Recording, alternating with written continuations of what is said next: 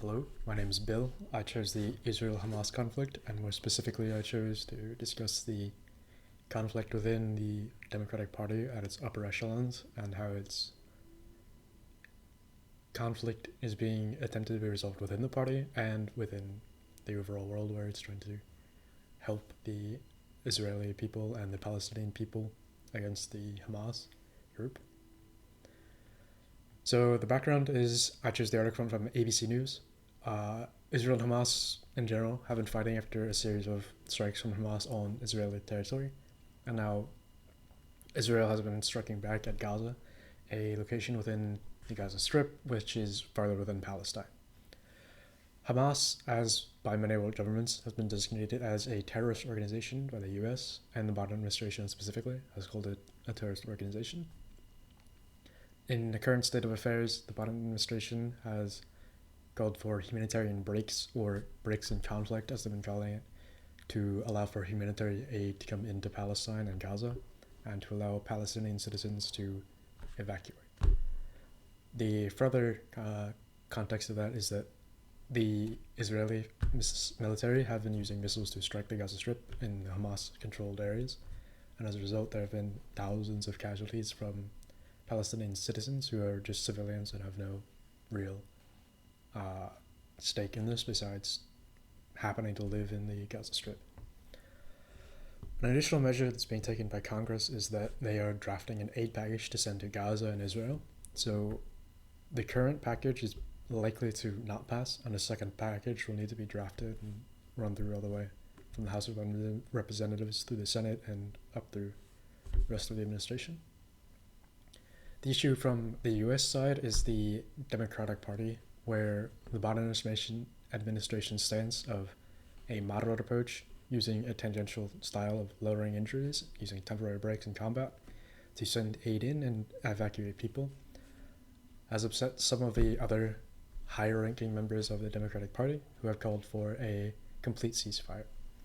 These people include former President Barack Obama, left-leaning independent Senator Bernie Sanders of Vermont, and the Democratic Representative Rashida Tlaib of Michigan, who is of Palestinian descent.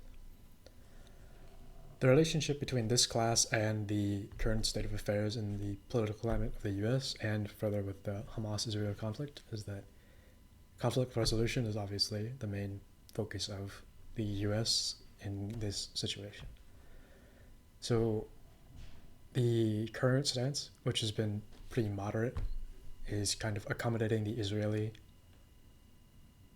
need to take revenge for the terrorist attacks that they received and strike back a terrorist organization, which is something that they've done for a long time, and the need to keep the innocent people of Palestine safe, which is why there's been a call for a complete ceasefire, because there's still a lot of civilian casualties that have been ranking all the way up into the thousands, some counts even counted into the tens of thousands.